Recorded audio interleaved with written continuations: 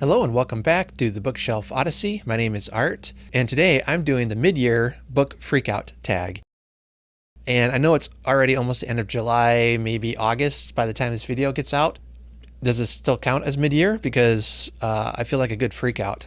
I was tagged by Kelly from Books I'm Not Reading. I absolutely love her channel. She's one of the booktubers that I will watch just about any video she puts out. So thank you for tagging me, Kelly. I've been actually having this one on my list to do. So great minds think alike here. So thank you for tagging me on that. All right, well, without further ado, let's jump in. So prompt one is, what is the best book you've read so far? Definitely the best book I've read this year is Project Hail Mary by Andy Weir. My wife told me to read it, and she's been telling me to read it for about the past year. I finally got around to reading it, and I don't know why I was dragging getting to it.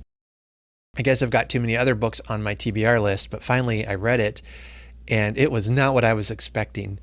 It was a beautiful story of friendship, and especially friendship between two different cultures, two different worlds, two different societies even. I'm getting ahead of myself. Basically, the story is, and I'll be careful of spoilers, that the world is facing a apocalyptic event, and there's slim to no chance of survival. And so in kind of a very literal Hail Mary, a scientist gets put into a spaceship launched across the space to go and try to find out the solution to the problem they're facing. Along the way, he meets, I don't even know how much I should reveal of this, so very minor spoiler, he meets an alien, and they join forces to try to save their respective planets. The alien also has, their world has similar problems. So it's like these two lonely people in the entire universe meet, they become friends, and so definite spoiler alert here, so skip just a couple seconds, but they work together to try to solve a problem. And I love that about this story. The characterization is so fascinating. It's, I don't know, it's such a good story. It doesn't bog you down with a lot of science, and when it does, it explains it well. I honestly think this could be the best book I'll have read all year. It's certainly in the running for it. Prompt 2, best sequel you've read so far. For that, I would have to say it was Buried by Ellison Cooper, and it's part of the Agent Sayer Altair series. She is a special agent, I think, with the FBI, and this is the second book in the series. It's a mystery series, more in the thriller category than like a cozy mystery. It's definitely not a cozy mystery. Basically, what happens in this book is that they find an off-duty FBI agent and his cadaver dog find skeletal remains in a cave in the Shenandoah National Park. And that begins what looks like to be a cold case. They quickly realize is actually a fresh case. This could be a dumping ground for a local serial killer. And through the investigation, we find that Sayer is working on a project where she is interviewing and seeking to understand the minds of psychopaths. That's her speciality. And there's one person who's anonymous. His name is just Subject 037. And this person, Sayer believes to be in a government position. This person has also scored a perfect score on the psychopath test, which is unsettling. And so it's kind of like a Hannibal Lecter thing where she is going to this subject for help and insight into the mind of this killer. But it's a really tense story, and it's gripping. It'll keep you on the edge of your seat. It's very, very well done, and I cannot wait to read book 3. Prompt number 3, new release you haven't read yet but want to. For that, I would probably say Manslaughter Park by Tirzah Price. That's one I haven't gotten to yet. Most anticipated release for the second half of the year. Now, I don't really read a lot of newly published books. Like I like to go through authors' back catalog, and so I don't pay attention to new releases as much. I would probably say, again, Manslaughter Park, which is a retelling of Mansfield Park, by Jane Austen. There's a mystery. Tears of Price has written this series of retelling Jane Austen novels as mysteries. It's a lot of fun. Prompt 5, biggest disappointment. I would say the Book Lovers. I really was looking forward to that. It seemed almost like a retelling of Pride and Prejudice, almost set in a world of selling books or loving books or whatever. But it was more like a romance of the kind that I don't really care to read. There are a few steamy scenes, one of which takes place in the library, which was really just awkward and unpleasant to think about. But, if you like that kind of thing, go for it. But yeah, that one was kind of a bit of a disappointment to me. But again, mostly it was well written. It's just not my cup of tea. Number 6, prompt 6 is the biggest surprise. I would have to say Project Hail Mary again. Another one, just to give you a different book, I would say is the book We Are Legion, We Are Bob. And only because I have had some modern sci-fi books I've read that have just not, I've just ended up DNFing. And so I just kind of did this book on a whim. And it turned out I really, really enjoyed it. It's one of my favorites of the year so far. Basically, the story is Bob signs up to have his body frozen in the case he dies. And very quickly, he ends up dying. That's happens all within the first chapter. And then he wakes up a century later and deals with that process. Is that his mind has been uploaded into a computer, and then he's able to then make different copies and versions of himself, and he gets put into the spaceship and is exploring the universe and different things like that. It was really enjoyable. I didn't think I would enjoy it as much as I did, but it was a very surprising read. I'm leaving out a lot of details because I think it's worth finding those out for yourself as you read it. But essentially, if you are a fan of Star Trek and pop culture, this will be the book for you as well. And it's a good science fiction story also. And I'm really intrigued by this idea of, would we be able to upload our consciousness into a computer and what that would mean? And I find AI to be fascinating. I find like creating a virtual world would be very fascinating. It's why I haven't really gotten too much into virtual reality, because I'm afraid once I plugged into virtual reality, I wouldn't want to come out ever again. So don't let me on your holodeck, because I won't come out. Okay. Let's see. A favorite new author. I'm going to again say Andy Weir. Right now, that story, I just keep thinking about it. And I think I read it back in February, and yet here I'm still thinking about that story. And honestly, I'd be up to reading it again. Really good book. Prompt 8, newest fictional crush. I would say the alien creature in Project Hail Mary.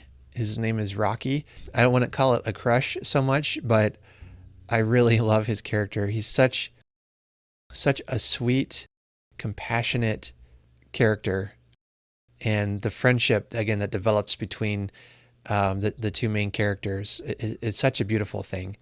It's a friendship that it's not romantic, it's not passionate. It's just two guys being good friends, and I don't know. I like it. I like it a lot. So I want to again call it a crush, especially on a giant spider-looking character. But I really love that character of Rocky. He's good character.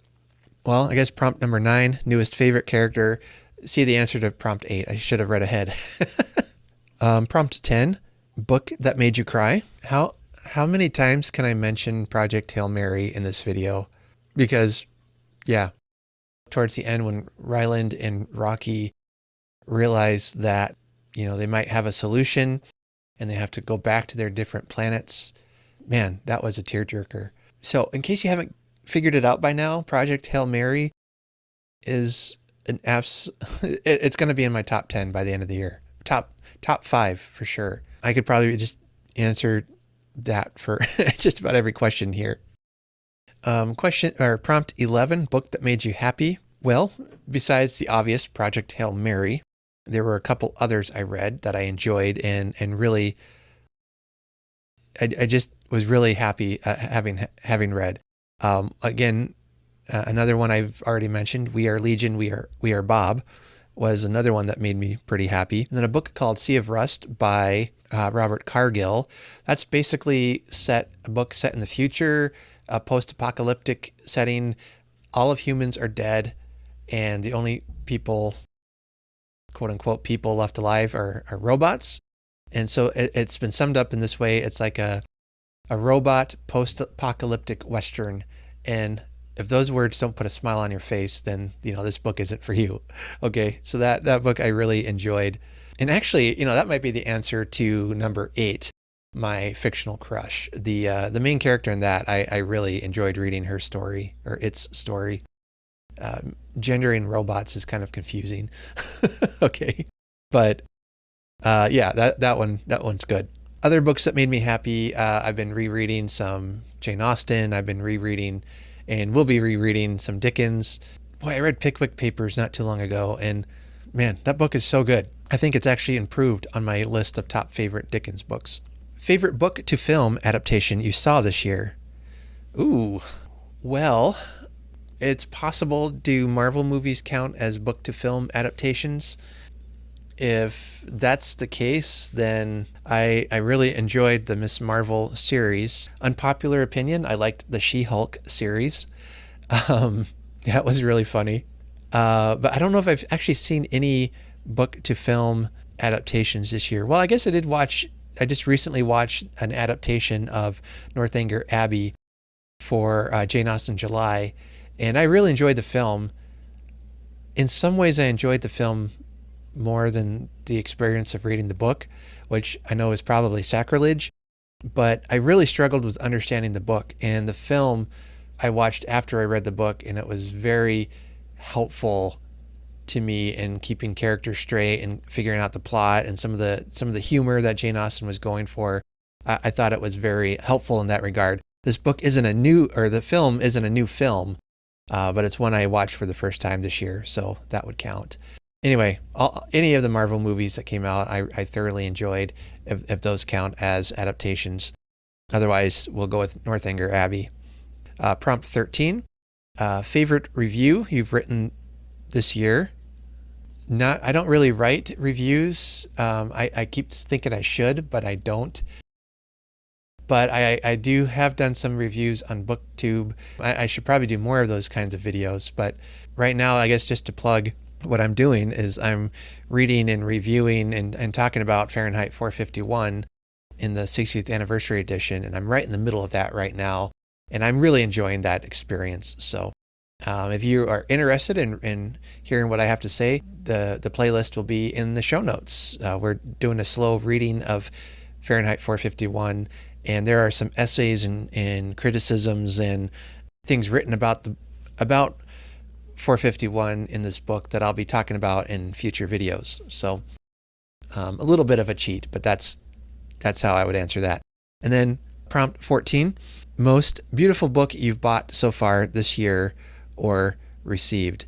I don't know. I haven't really bought a lot of books this year. I haven't received a lot of books this year either. I might just go with this one again, that I got it specifically to be reading for this read-along I'm doing. And I really like the cover design. It's simple. It's a well-made paperback. If it were to be absolute perfection, it would have deckled edges on it, but it doesn't. So, half a point lost for that. But this might actually be one of the few books I've bought this year. So I need to get to a bookstore. How can I do haul videos if I'm not hauling any books? And then prompt 15, what books do you need to read by the end of the year? All the books, every single one of them. I have a TBR list that is pages long that I need to get to, but specifically, I have already read 100 books this year by the time the end of June came. That was my reading goal for the year. I'm well on pace to probably reaching 200 by the end. And again, you might wonder, how do I read so many? I do a lot of audiobooks, and reading is one of my primary hobbies. There's a lot of things I don't do that frees up time for me to read. So it's the life of an introvert, There are some that coming up that I'm really looking forward to reading. I want to get to book 2 in the Bobbyverse series.